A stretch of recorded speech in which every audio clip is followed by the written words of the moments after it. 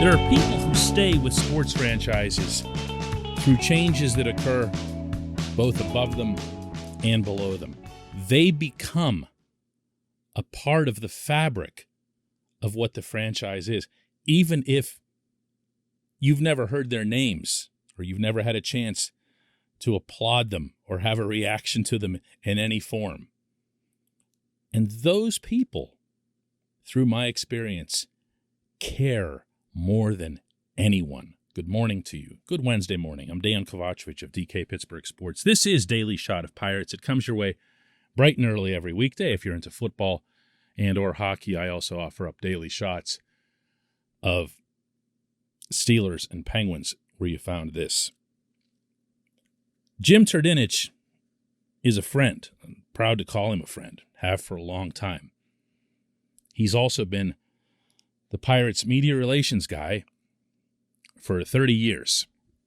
He is going to transition this year into a new role, a newly created role of team historian, in which he'll be able to not only track vital occurrences, vital landmarks from this franchise's 136 years, but also work toward advocating for Hall of Fame candidacies, both current and in the past, and even in the distant past. And right here in parentheses is where I'll put my Babe Adams plug in. Absolutely should be considered for the Hall. End parentheses, Jimmy.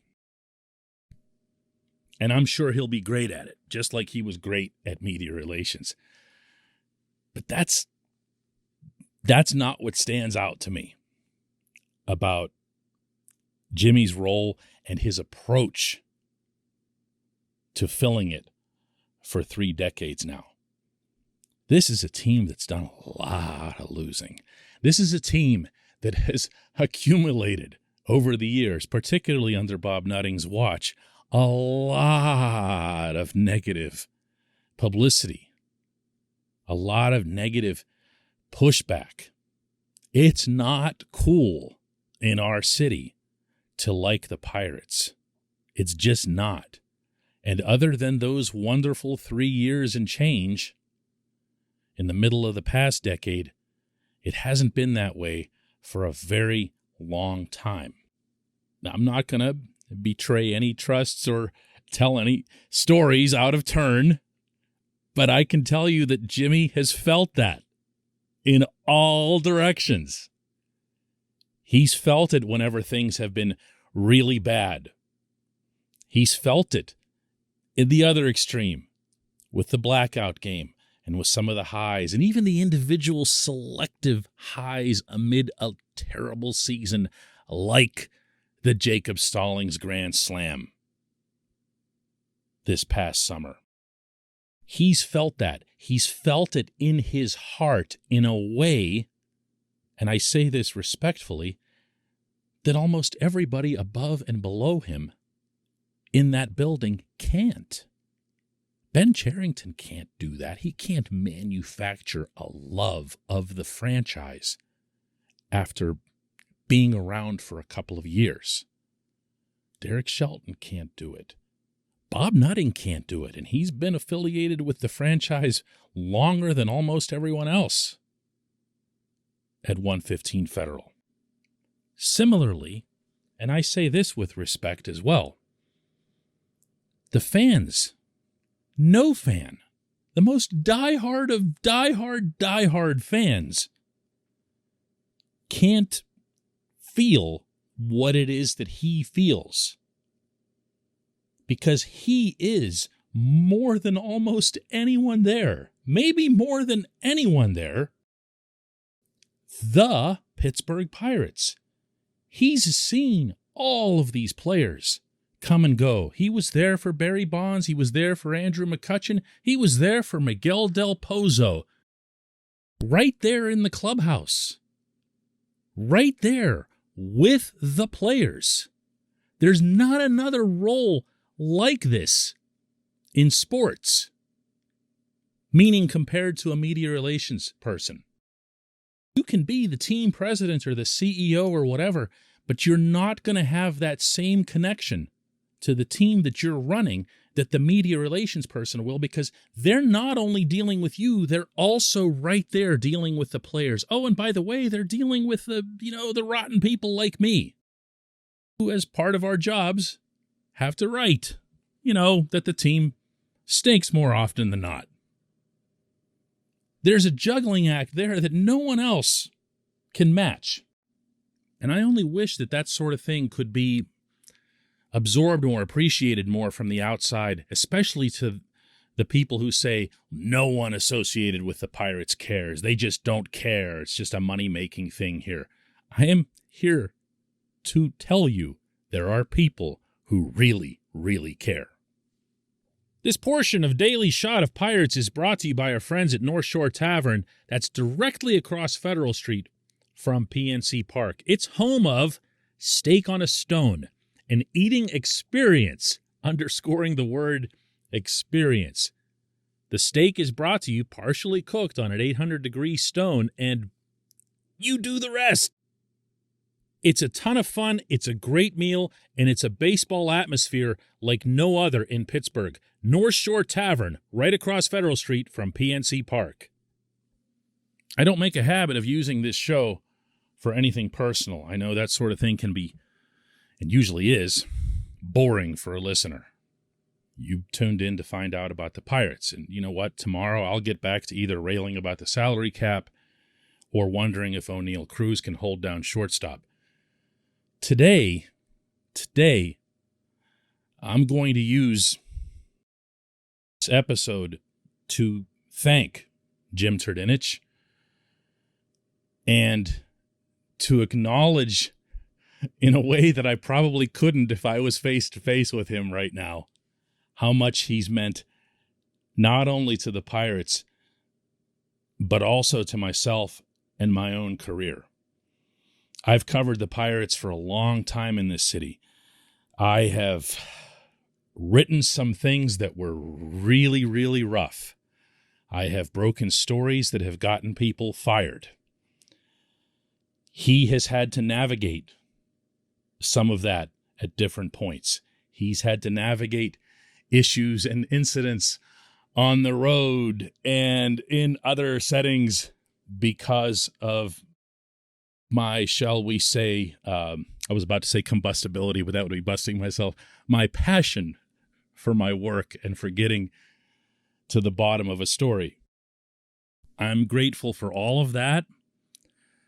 I am more grateful, though, as a born and raised citizen of this city, that this once proud, and ideally proud again, civic institution had someone like Jimmy as a steward through what's been its 30 toughest years. And I hope for people like Jimmy, and there aren't many of them, but I hope for people like Jimmy that the next phase for this franchise, the next chapter that he'll get to write as team historian, will be something that makes everything he's put into this worthwhile. When we come back, just one question.